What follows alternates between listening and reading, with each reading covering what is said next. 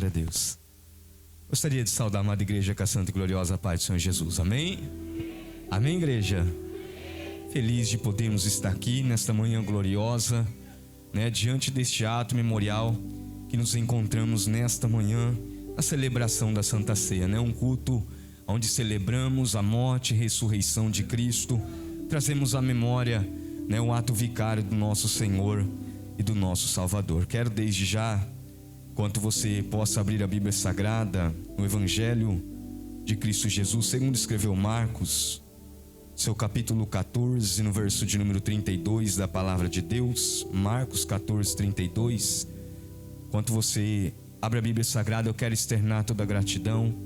Pastor Alessandro, Deus o abençoe grandiosamente em Cristo Jesus. Me sinto honrado nesta manhã, Pastor Levi, esse servo do Senhor. Confesso que se esse culto terminasse agora, eu iria feliz para casa. Eu já senti grandemente a presença de Deus entre nós, e já pude me lembrar e externar ao céu toda a gratidão, por tudo que Deus tem feito nas nossas vidas, sobre a face desta terra. Então externo aqui toda a gratidão a estes homens de Deus, a todos aqueles que também presidiram nós antigamente, antes de nós estarmos assumindo a tribuna, todos que estiveram aqui na antecedência, que Deus abençoe. Me sinto honrado, privilegiado por tudo que Deus já tem feito aqui nessa manhã de hoje, nessa manhã de domingo, manhã de celebração da Santa Ceia do Senhor. Marcos 14, verso 32.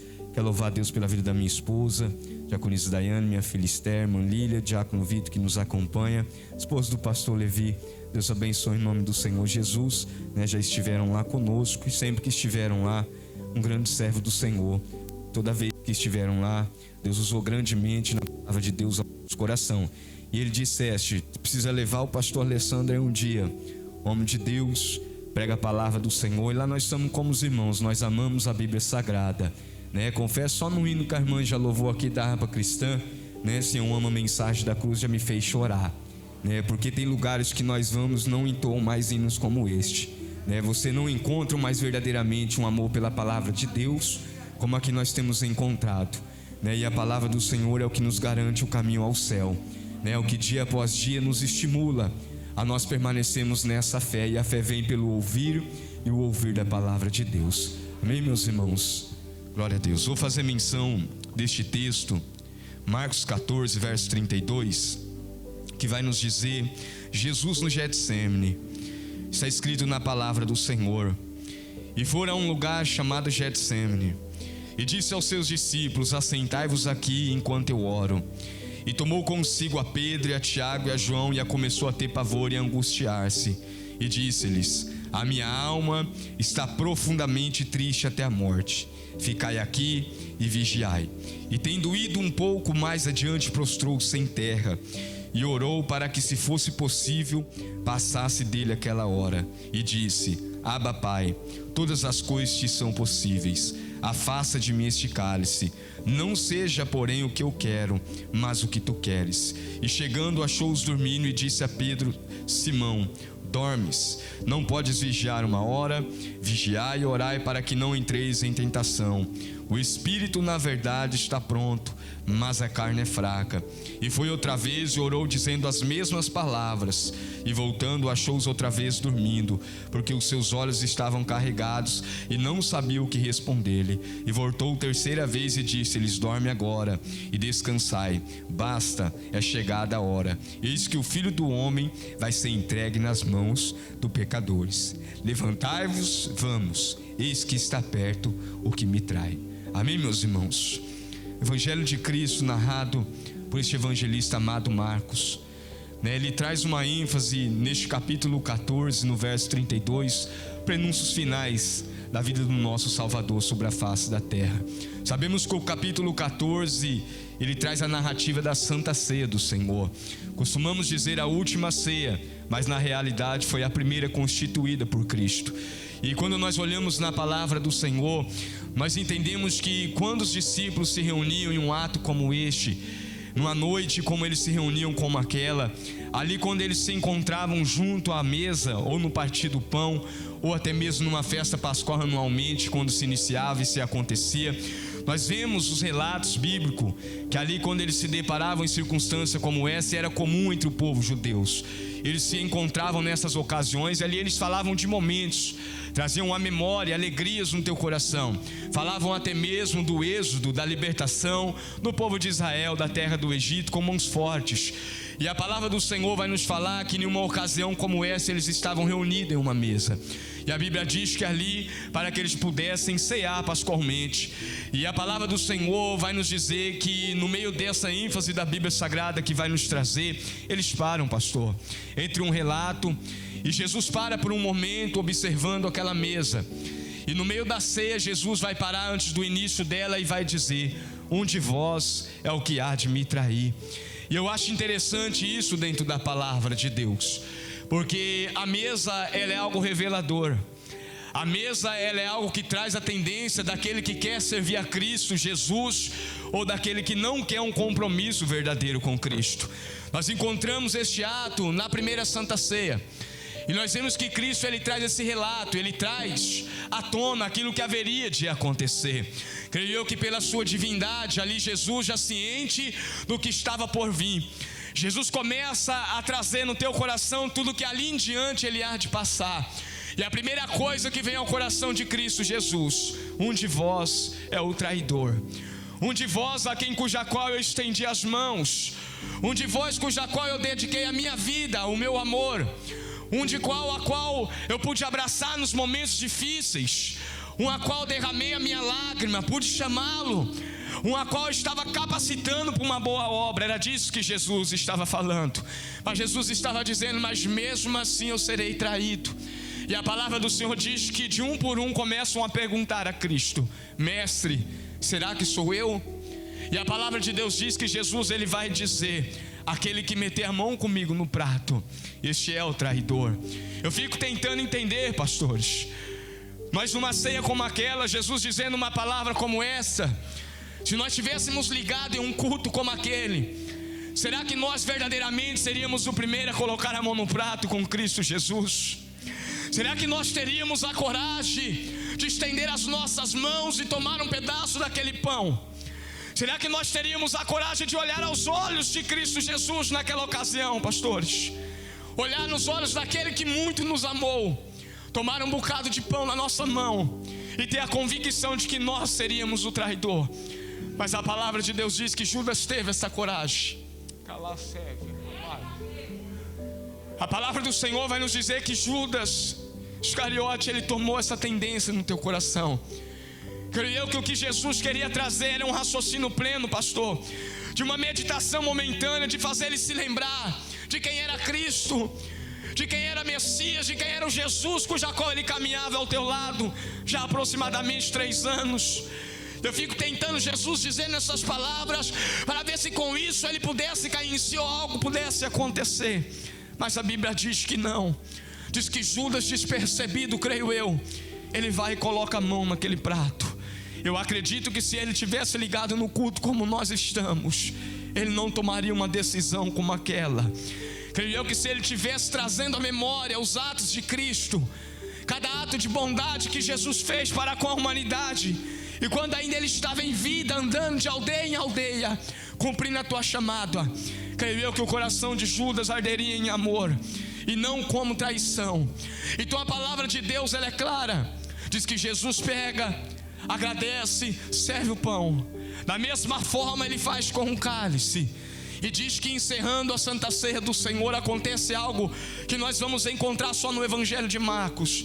A Bíblia diz bem claro que eles se levantaram, e a palavra de Deus diz: e tendo cantado um hino, saíram para o Monte das Oliveiras. Isso é coisa que fica no meu coração, pastor. Eu gostaria de saber qual hino que foi entoado naquele dia, porque seria um hino louvável em todos os cultos de Santa Ceia, em todos os cultos memoriais a Cristo. Eu fico tentando entender alguém que está sendo traído, mas ainda encontra força para poder adorar. Eu fico tentando entender alguém que muito amou e agora está vendo alguém que vai lhe entregar, mas mesmo assim ele consegue voltar os teus olhos ao céu e entoar um cântico a Deus. Eu fico tentando entender Jesus pela sua divindade. ciente de tudo que está no porvir para acontecer, ele ainda consegue encontrar forças para adorar o Senhor. E você sabe o que me chama a atenção, irmãos? Para os tempos atuais que nós estamos vivendo, quantas pessoas, irmãos, não têm passado nem um pouquinho daquilo que Jesus estava enfrentando numa ocasião como esta, e não querem mais abrir os lábios para poder adorar ao Senhor nosso Deus. É como o salmista, ele expressou em Salmos, dizendo que na tua mão tu carregue a espada, mas na tua garganta os altos louvores ao Senhor. Ele estava dizendo que o verdadeiro adorador é aquele que vive em combate. O verdadeiro adorador é aquele que vive em conflito. E era disso que Jesus estava nos ensinando por intermédio da palavra do Evangelho. Quando nós olhamos na palavra do Senhor, nós vamos entender que a adoração, ela nos traz preparação para enfrentarmos aquilo que está no porvir. Quando nós estamos aqui nesta manhã adorando e exaltando o Senhor, Deus está renovando as nossas forças para que nós possamos superar o amanhã, para que nós possamos superar momentos de tristeza, momentos de dor, momentos de solidões que vêm em nossos corações. Então nós aprendemos com Cristo, independente da situação, independente da circunstância, independente do momento, nós devemos adorar a Deus. É tão lindo, porque eles adoram o nome do Senhor. E a Bíblia diz bem claro: e cantando um hino saíram para o Monte das Oliveiras. E a Bíblia Sagrada, ela nos dá a entender. Começa aqui o prenúncio do sofrimento de Cristo. Aqui Cristo, ele traz à tona que agora ele há de ser traído, ele há de padecer por amor da minha vida e por amor da tua vida. Ele há de ser entregue nas mãos dos pecadores. E a palavra do Senhor nos diz que como um cordeiro mudo, ele segue o seu destino, a tua jornada em direção à cruz. Ele entra dentro do Getsemane, lugar conhecido quando nós olhamos na palavra de Deus no Monte das Oliveiras, situado ao pé deste monte. E a palavra do Senhor, ela nos diz que quando ele entra nessa ocasião, eles já não estão mais em 12. Judas, o traidor, já tinha partido para fazer o desígnio que estava no teu coração. E a palavra do Senhor diz que Jesus, ao chegar no pé daquele monte, ele olha para os 11 apóstolos, toma 3 consigo, Pedro, Tiago e João, e diz que ele se aparta um pouco juntamente com esses discípulos. É aqui que nós queremos ministrar a palavra de Deus nesta manhã, porque eu acho a forma interessante. Jesus, ele sabia que não daria para se abrir aquele momento com todos. Jesus sabia que nem todos estariam preparados a ouvir o que ele iria de falar com Deus. E a palavra do Senhor diz que apartando-se juntamente com esses 3, Jesus diz para eles: orai e vigiai. E Jesus diz o momento a qual, porque necessita disto. Jesus, ele diz: a minha alma está triste, triste até a morte. Irmão, você ouvir isso de um pastor hoje seria comum. Você ouvir isso da parte de um obreiro, cuja qual você está acostumado a ver ele na casa do Senhor, sempre feliz, louvando, adorando, exaltando, seria comum. Mas ouvir isso da parte daquele que você acredita ser o Salvador. E a palavra diz que Jesus, com essa expressão, ele diz aos discípulos, Jesus se retira mais um pouco adiante, e sozinho, de joelho ao chão, Jesus começa a orar ao Pai. E eu acho interessante a forma da expressão, porque quando ele vai dizer: a minha alma está profundamente triste até a morte, ficai e vigiai. Quem sabe na mente dos discípulos chegaram a pensar: será que era ele mesmo o Messias? Será que realmente nós caminhamos ao lado daquele que há de ser o Salvador? Será que a dúvida, a incerteza não chegou a tomar conta do coração dos apóstolos naquele momento, por olharem a Cristo e ali não ver mais a sua divindade? Porque, pastores, eles estavam acostumados a ver Jesus olhar e dizer: tira a pedra, e dizer ao morto: sai para fora, e o morto saía em vida.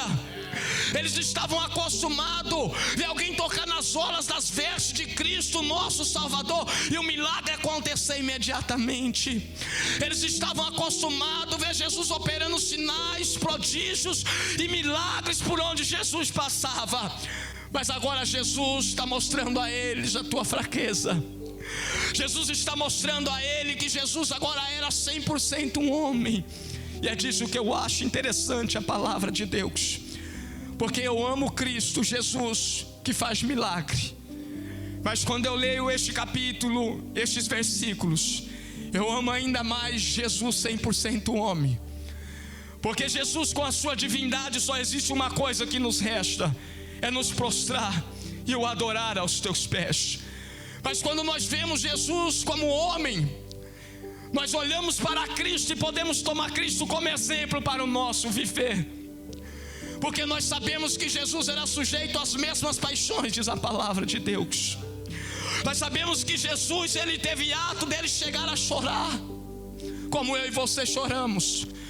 Nós sabemos que chegou o ato como este de Jesus se entristecer, e não era uma tristeza comum, era uma tristeza que o levava até a morte. E é onde nós podemos olhar e entender que nós não somos super-heróis.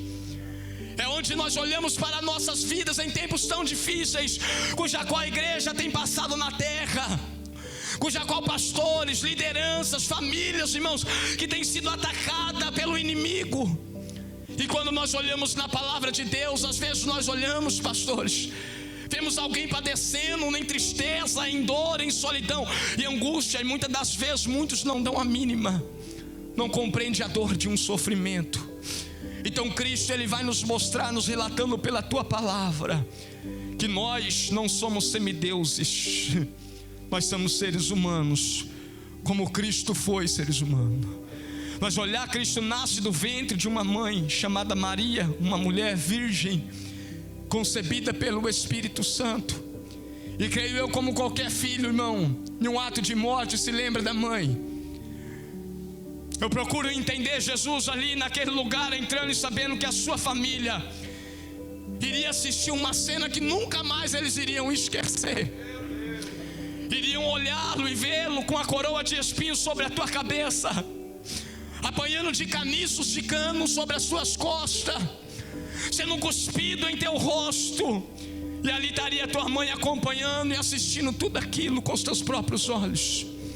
Cristo estava ciente de tudo que haveria de padecer, de tudo que haveria de sentir, de tudo que ele estava proporcionando à tua família, de tudo que ele iria viver em circunstâncias agora difíceis, porque agora não é mais o Cristo que operava os milagres, agora é o Cristo, aquele que iria entregar a vida por amor de nós. Eu fico tentando entender isso na mente de Jesus. E a palavra diz que Jesus, ao se prostrar, creio eu que tudo isso passava-se pelo teu coração, pelos teus pensamentos, pastor. Diz que a pressão psicológica era tão grande que o teu coração pulsava. E diz que o coração de Cristo pulsava tão radiante, tão fortemente, posto em grande agonia, que a palavra de Deus diz, irmão, bem claro, que saíam juntamente com o teu suor gotículas de sangue. Se você for olhar a base de tudo isso pela medicina, seria improvável de fato isso acontecer, porque antes de romper os vasorúsculos capilares de Cristo, iria se romper a tua veia sanguínea arterial, e Jesus teria um infarte. Mas era claro, Jesus não poderia morrer de infarte, mas a pressão continuava. Se fôssemos olhar pela medicina, se não estourasse a veia cardial de Cristo, se romperia uma veia cerebral que o levaria a um AVC instantâneo, a um derrame cerebral naquela ocasião. Mas a palavra de Deus diz também que isso não veio a acontecer. Diz que as primeiras veias que vão se romper, e o primeiro toque de Cristo com o teu sangue no solo, diz que foram sangue e suor, porque as veias orúsculas capilares se romperam, são uma das veias mais frágeis que existe no nosso organismo e em nosso corpo. E diz que juntamente com suas gotículas de sangue escorriam pelo teu rosto. Eu fico tentando imaginar que pressão psicológica é essa, que levaria um corpo natural como o meu e o seu, que levaria a nossa vida a expelir sangue. Eu fico tentando imaginar o que estava se passando na mente, pastor, e no coração de Cristo Jesus, para ter uma pressão psicológica tão tamanha como aquela. E diz que sob essa grande pressão e agonia e angústia e tristeza no teu coração, a oração que Cristo vai fazer a Deus é esta: e orou para que, se fosse possível, passasse dele aquela hora. Eu fico tentando entender. Os discípulos parados, observando tudo aquilo, olhando para Cristo e vendo Cristo agora nesta ocasião dizendo ao Pai: Pai, se possível, passa esse momento, adianta o tempo, adianta o teu relógio no céu, Pai, para que eu não precise passar por uma agonia tamanha como esta. E a palavra de Deus diz que Jesus se levanta e vai ter com os discípulos. E quando ele chega para ter com os discípulos, ele diz: vocês não podem vigiar e orar uma hora. Só que olhando a palavra de Deus, pastor, dizer para alguém orar uma hora, quando os discípulos disseram a Cristo: nos ensine a orar, Senhor, porque os discípulos de João sabem, João o ensinou, e Jesus disse a eles: enquanto eu estiver convosco, não necessitais, mas chegará o tempo. E a palavra de Deus, quando ela vai nos dizer, irmão, bem clara a oração que Cristo ensinou eles a orarem. Nós vemos a palavra de Deus em Lucas no capítulo 11, a oração dominical. Jesus ele vai expressar: quando orares, dizer ao Pai: santificado seja o teu nome, venha o teu reino, dai-nos cada dia o nosso pão cotidiano, perdoa os nossos pecados, pois também temos nós perdoamos a qualquer que nos deve, e não nos conduza em tentação, mas nos livra do mal. Eu fico tentando compreender Jesus ensinar aos discípulos uma oração de 60 segundos e exigir deles que agora orem uma hora. Quem está conseguindo entender isto? Era como se eles olhassem ao céu e diziam: Pai, nós só aprendemos, perdi o pão, só aprendemos até agora a pedir que o Senhor nos perdoe, para que nós também podemos perdoar aqueles que também têm nos ofendido, e de que o Senhor nos livre de toda a tentação. Mas em um momento como esse, nós nunca imaginávamos passar e enfrentar. Quem está entendendo, igreja? Porque vai ter ocasiões que vai exigir da nossa comunhão com Deus um pouco mais. Vai ter momentos que vai ser exigido na nossa vida um pouco mais de comunhão, um pouco mais de intimidade com Cristo, um pouco mais de intimidade com Deus Pai, um pouco mais de intimidade com o Espírito Santo. E é por isso que a palavra de Deus ela vai dizer ao nosso coração que o Espírito Santo ele intercede por nós com gemidos inexprimíveis, porque às vezes vai ter ocasião que nem palavras nós teremos para expressar a Deus. A Bíblia diz que Jesus diz essas palavras aos discípulos, e a pressão era tão grande que diz que ele volta pela segunda vez. E é isso que me chama a atenção, porque a Bíblia diz que pela segunda vez Jesus torna a fazer a mesma oração. Você já parou para pensar o que é isso? Nós estamos falando, irmão, para nós entendermos o que é a Santa Ceia. Porque eu tinha na minha mente, pastor, durante um bom tempo após minha conversão, Cristo como um super-herói. Então eu pensava ser fácil. Eu dizia: seria fácil de fato se entregar por amor de nós, sendo Deus. Só que quando eu vejo o sofrimento de Cristo, quando eu começo a olhar a condição que a Bíblia nos dá do que aconteceu com o nosso Salvador, isso me faz entender ele 100% homem.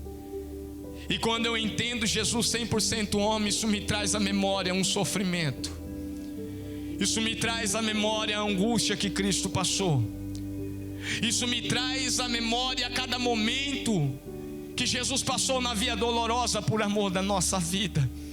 E quando eu vejo isso, um momento como este, não tem como expressar, ficar calado diante de uma circunstância cuja qual nós estamos trazendo em mente e no nosso coração nesta manhã. Não tem como nós não expressarmos a Deus toda a gratidão. Não tem como nós não olharmos ao céu e dizermos a Cristo: obrigado, Jesus. Porque quem faria isso por amor de nós? Quem passaria tudo isso pelo amor das nossas vidas? Quem enfrentaria Getsêmani, o caminho do Gólgota? Quem passaria aquela via dolorosa, irmãos, o sofrimento? Quem traria aquela ocasião para a tua família pelo amor das nossas vidas?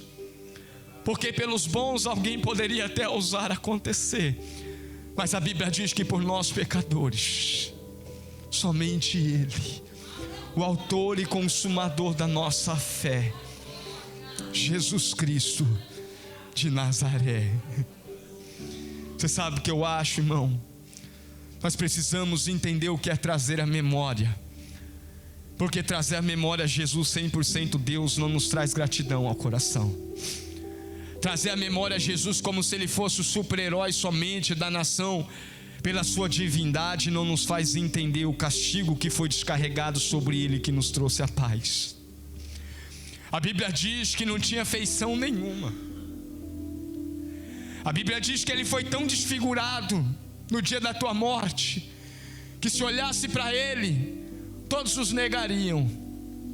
Se nós olhássemos para Jesus, não tinha nada que nos chamaria a atenção. Eu imagino Jesus dentro desse Getsemane, Jesus agora 100% homem, compreendendo de fato tudo o que Ele haveria de passar pela sua divindade, ter Ele revelado ao teu coração. Jesus com os olhos fechados, orando pela segunda vez ao Pai, dizendo: Pai, se possível, passa de mim esta hora. Eu fico tentando Jesus, olhando, pastor, vendo as suas vestes sendo trocadas, uma coroa de espinho colocada sobre a tua cabeça, com cravos pontiagudos entre 15 a 17 centímetros, e os pecadores batendo com caniço sobre a tua cabeça até os cravos cravarem, até mesmo ao teu crânio, sangue escorrendo pelo teu rosto, açoites sobre o teu corpo. Diz que naquela época o azarrogue que eles usavam para bater era um chicote traçado com 7 hastes, pontas, e ali ele colocavam ossos de cordeiros secos, pontiagudos de ferros, que dependendo da ocasião que eles batiam entre os judeus, se você ler a historiedade, raramente em um ato como aquele se chegava-se a 11ª chicotada, porque na 10ª muitas das vezes já se perdiam a vida pelos teus corpos deslacerados. Mas a palavra de Deus diz que o nosso Jesus suportou. Eu imagino Ele como homem, pastor, carregando aquela cruz nos teus ombros, e a Bíblia diz que era tão pesada em alguns atos que Jesus chegava a cair com ela. Jesus chegava a tropeçar e aquela cruz caía sobre si. Eu fico tentando entender o nosso Salvador, o nosso Senhor. Ah, Jesus.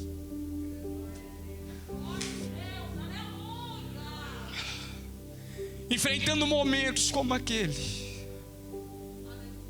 Olha para o teu lado. Existe alguém que sofre. E a Bíblia nos ensina a chorar com os que choram. E se nós estivéssemos lá, isso era o nosso dever. Eu estava olhando, irmãos, e por falta muitas das vezes disso, esses últimos 2 anos na nossa vida cristã foi um dos anos que nós mais perdemos pastores. E entre muitos deles tiraram a vida com as suas próprias mãos, porque cobravam-se de si aquilo que não teria como ser cobrado.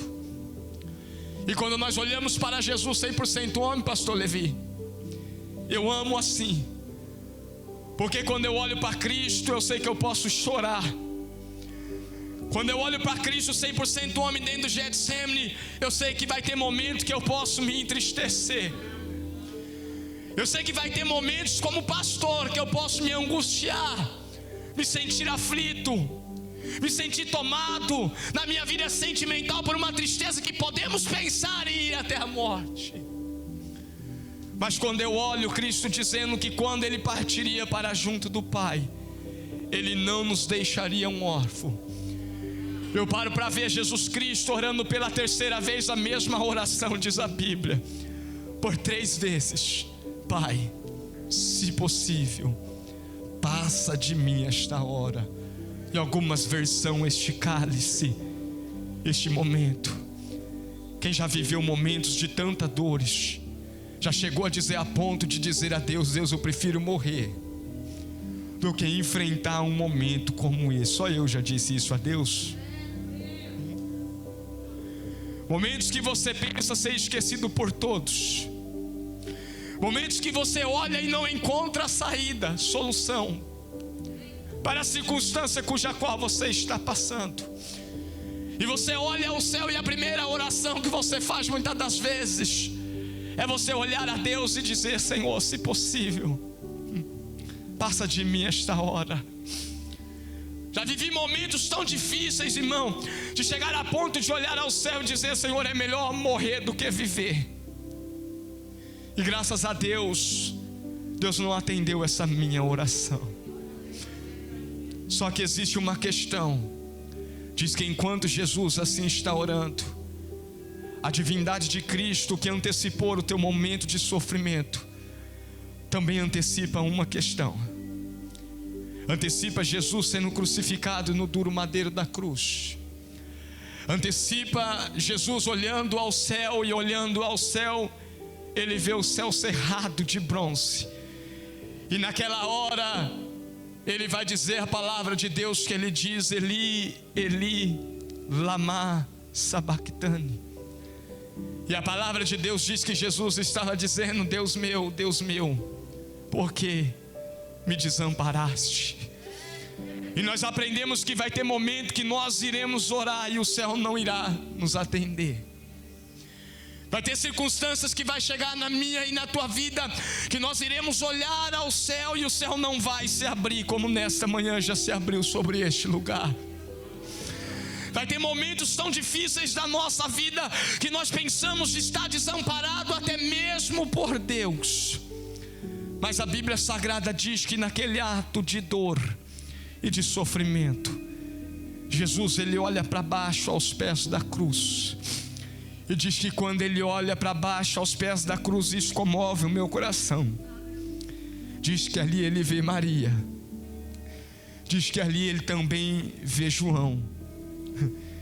E diz que Jesus ainda nessa ocasião olha e diz: Maria, eis aí o teu filho. João, eis aí a tua mãe. Você já imaginou um filho olhando numa situação daquela? A mãe vendo todo aquele sofrimento. Não fica pensando que Maria era de ferro, mãe. Quem é mãe aqui sabe do que eu estou falando. Eu me lembro um dia trabalhando e minha filha teve uma febre de 39 graus. Minha esposa me ligou e disse: corre para casa, vem rápido. A Esther está com 39 graus de febre e ela estava chorando muito, minha esposa. E eu disse para o meu patrão: eu preciso ir embora, algo está acontecendo. Eu cheguei em casa, colocamos o termômetro, já estava com 38,5. Eu disse: é só levar ela no UBS. Eu disse: desse jeito você mata eu do coração, mas é o coração de mãe, quem está entendendo? Eu me lembro que todas as vezes que nós levamos a nossa filha para tirar sangue ou tomar uma injeção, minha esposa, ela não gosta de entrar na sala e ela diz: vai você, que você é um pouco mais forte. Já deu para ver que não sou tanto. Porque ela começa a chorar antes da injeção, quando a Esther já começa a chorar. Então eu fico imaginando Maria, meu irmão, olhando naquela circunstância, naquela situação. Uma criança como toda mãe ela viu nascer do teu ventre, sendo gerada, amamentou. Jesus foi crescendo dentro do teu lar, foi prendendo um ofício, segundo os estudiosos, do seu pai. E eu acho isso interessante, porque é uma família comum como a minha e como a sua. E aquela mulher ali está naquele ato de dor. Quem está trazendo a memória? Tem como ser grata a Deus ou não tem, irmão?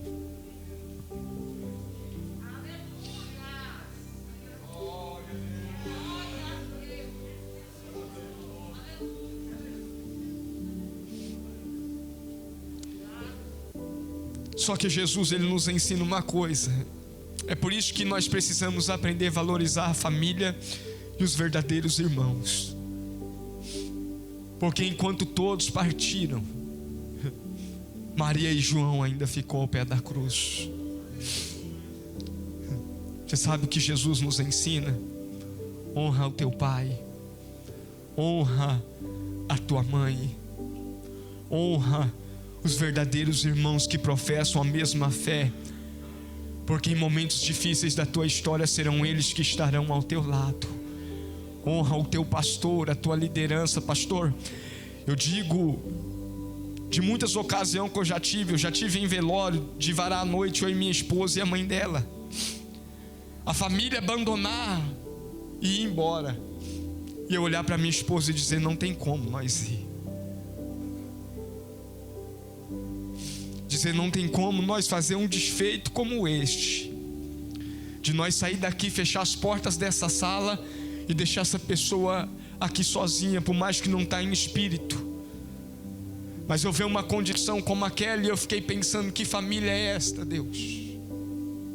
Que povo é este que só está contigo nos momentos bons, mas não consegue caminhar contigo na via dolorosa, não conseguem estar ao teu lado no momento da partida, no momento de percas.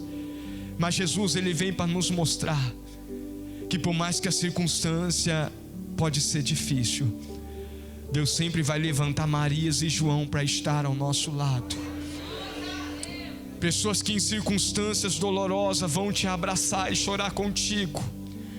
Pessoas que em circunstâncias adversas vão dizer uma palavra que vão trazer ânimo ao teu coração.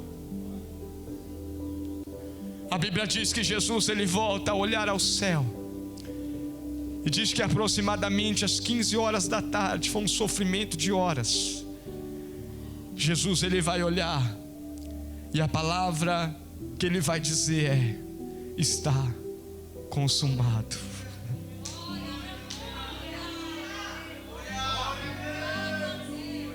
Quer ouvir uma palavra? Está doendo, mas vai até o fim. Porque a Bíblia diz que aquele que perseverar até o fim é esse que receberá a coroa da vida. Nós precisamos entender isso nos tempos atuais que nós estamos vivendo, igreja. Tem pessoas que ainda não sabem nem o que é sofrimento, e sem saber o que é sofrimento, eles abrem mão daquilo que Cristo tem com a tua história. Eu me lembro um dia que eu entrei dentro da igreja, pastor, num dia difícil de provação. Minha esposa ainda estava em casa, minha casa é do lado da igreja, e eu entrei no altar como este, dobrei o meu joelho e comecei a orar. E eu disse para Deus assim: Senhor, eu só queria ser um membro da igreja, só queria poder chegar, sentar, adorar, dizimar e ir embora, ter meu compromisso contigo. Eu disse: mas o Senhor me chamou, o Senhor me vocacionou, e eu tenho que suportar, Deus. Na mesma hora eu levantei, pastor, olhei, a igreja nessa época era numa rua de terra, lá no bairro de Engenheiro. Tá vendo? O senhor chegou lá. E a hora que eu olhei, tinha uma criança do tamanho do baterista que estava aqui. Ele estava com o pé sujo de barro, com o joelho dobrado na cadeira, e não tinha chegado ninguém ainda, só estava eu orando. E quando eu olhei para ele, vi o chinelinho dele tudo sujo de barro, uma criança bem humilde. Jesus falou no meu coração assim: se você não estivesse aqui, aonde ele estaria agora? Eu olhei ao céu e disse: me perdoa, Senhor, nas minhas fraquezas. Me perdoa, Deus, nas minhas limitações. Mas eu sei que eu preciso prosseguir avante. Quem está entendendo o que Jesus está falando? Você precisa continuar. Existe alguém na tua casa que precisa de você. Existe alguém na tua família que precisa te ver orando como te vê orando, te ver louvando como te vê louvando, adorando ao Senhor, te ver expressando a tua fé em Cristo como você tem expressado. Porque se você parar, eles também param. Se você desistir, eles também desistem. Existe alguém que está apoiando a fé na tua chamada e na tua história.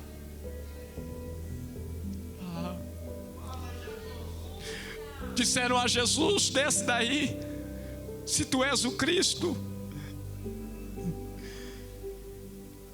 Essa foi uma das provações tamanha. Alguém dizendo para ele: eu só acredito se o Senhor fizer. Mas Jesus disse: eu não posso. Você acha que Jesus não poderia descer daquela cruz? Poderia. Mas Ele sabia que nós dependeríamos dessa ocasião para seguirmos vivos. Irmão, a Santa Ceia em alguns lugares tem perdido tanto respeito, pastor. Fui pregar numa igreja perto de Rio Preto, num culto de ceia, que a hora que começou a ceia, pastor, a ceia já tinha acabado. Isso começou a ceia, nós pregamos a palavra, ele disse: agora nós vamos entrar na Santa Ceia. Passou o pão, passou o cálice, veio água. Aí disse: glória a Deus, levante a mão para o céu para receber a bênção. Eu estava com o pão e com o cálice na mão. Aí eu disse: não é possível. Não tem oração. Não é possível. Não tem ação de graças. Não é possível, irmão.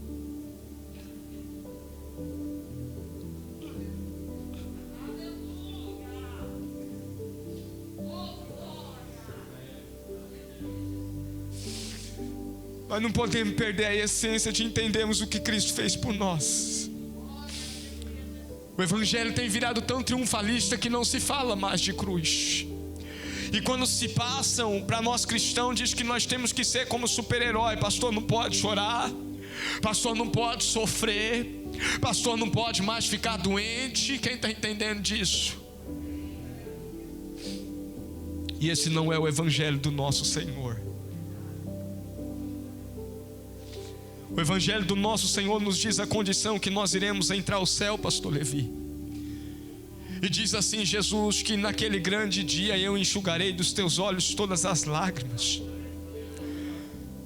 Se engana quem acha que vai chegar sorrindo. O céu é lugar para quem ainda sabe chorar, mas não desiste de ser fiel. Jesus então diz a palavra que Ele vai dizer: está consumado. E Ele vai dizer: Pai, na tua mão eu entrego o meu espírito. E diz que Jesus inspirou. A palavra do termo inspirar é diferente de respirar. Respirar você puxa, inspirar você solta.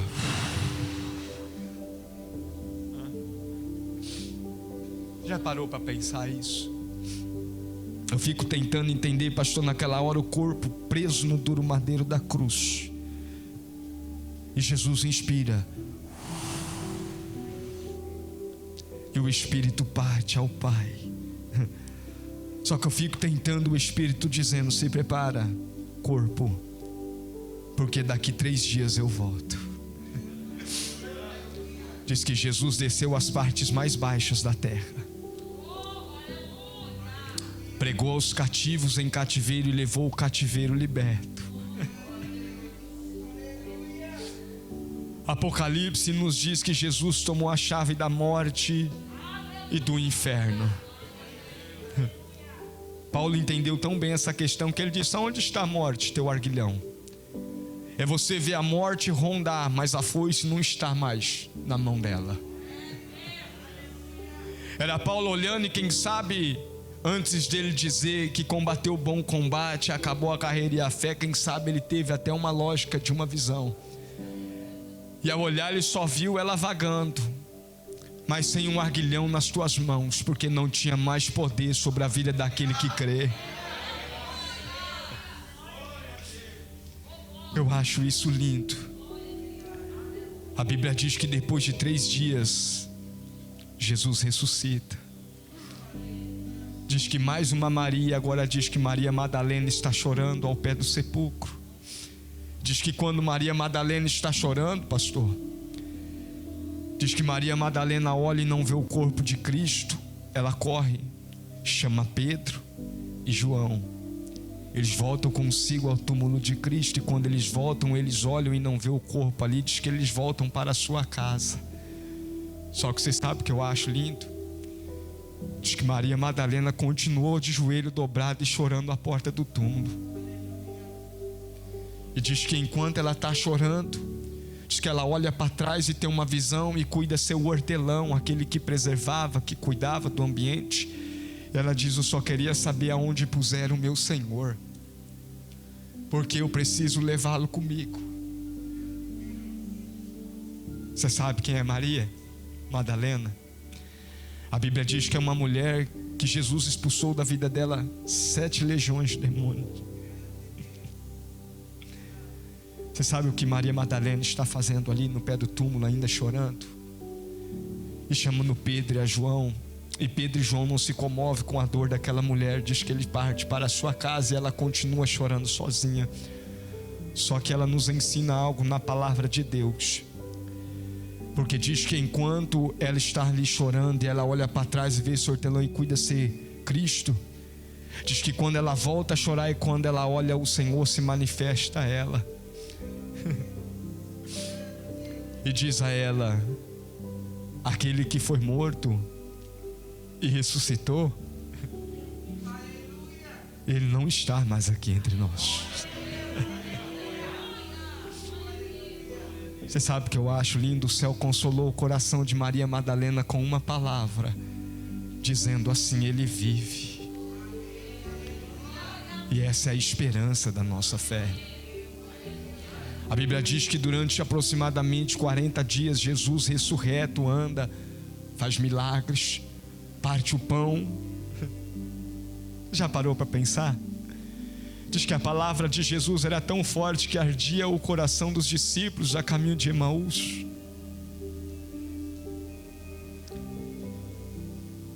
Dá para você ter uma lógica do que é Cristo em nossa vida?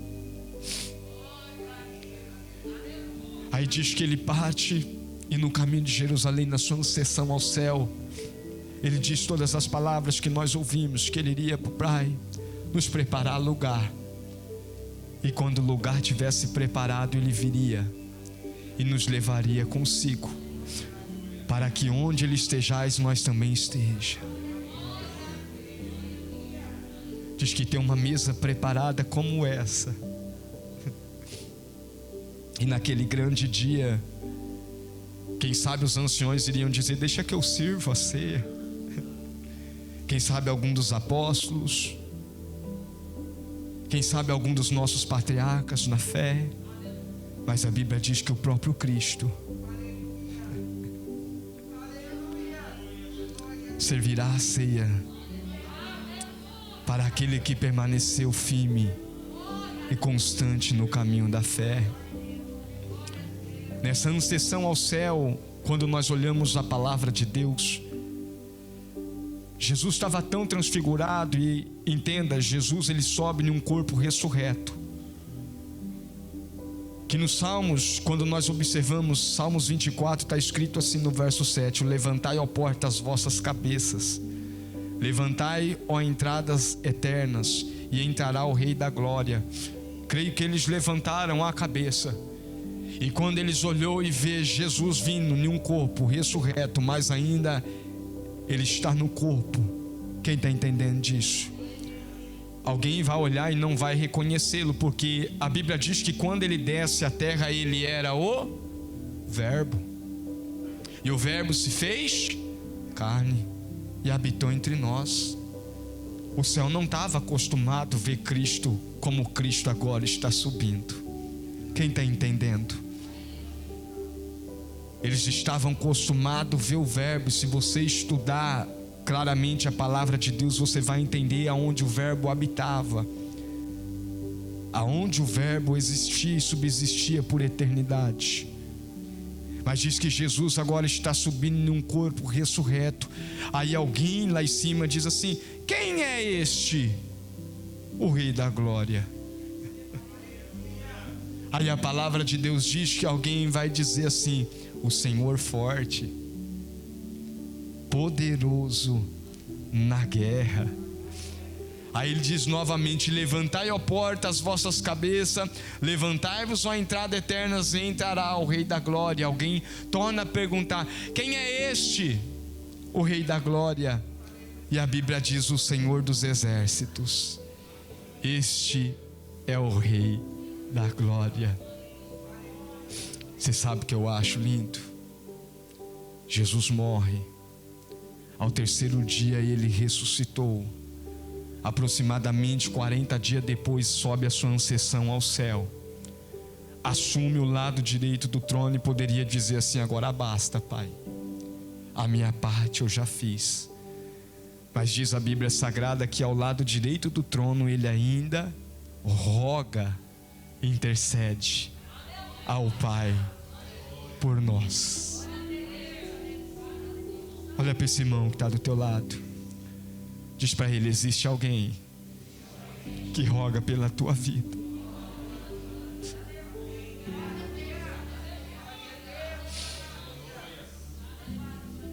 Quem está entendendo isso nessa manhã? Tem como não ser grato?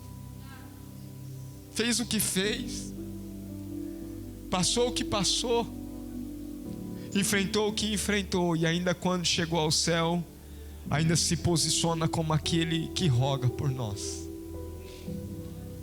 E como se não bastasse, a Bíblia ainda diz assim: filhinhos, se vós pecais, temos um advogado para junto do Pai.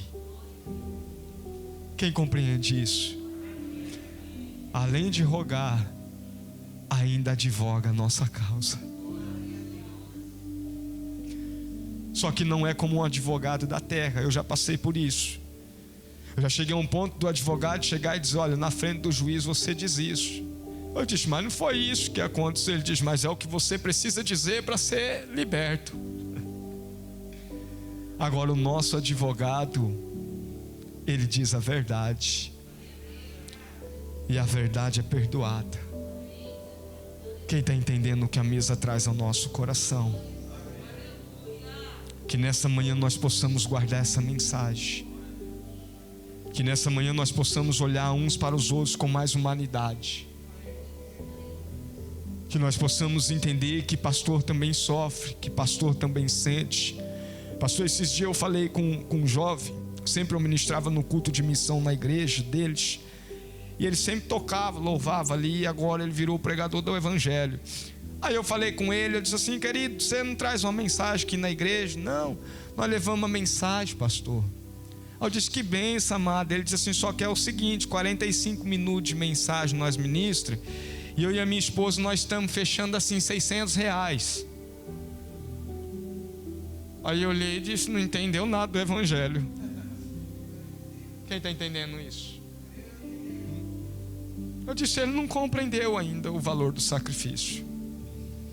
Aí quase que eu digo para ele, falar: querido, quando nós pregar na tua igreja, às vezes teu pastor dizia para mim assim: eu não tenho condição, pastor.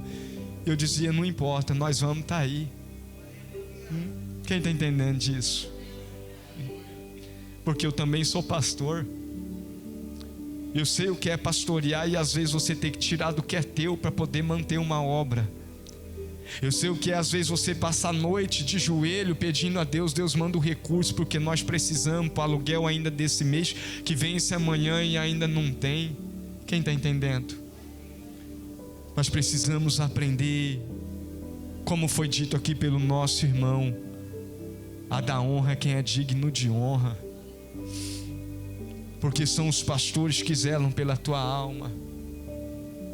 Muitas das vezes desvalorizamos as mulheres dentro do ministério, esposa de pastor, mas são quem ajuda a levar o fardo. Quem está entendendo disso? Nós trazemos a memória a Cristo.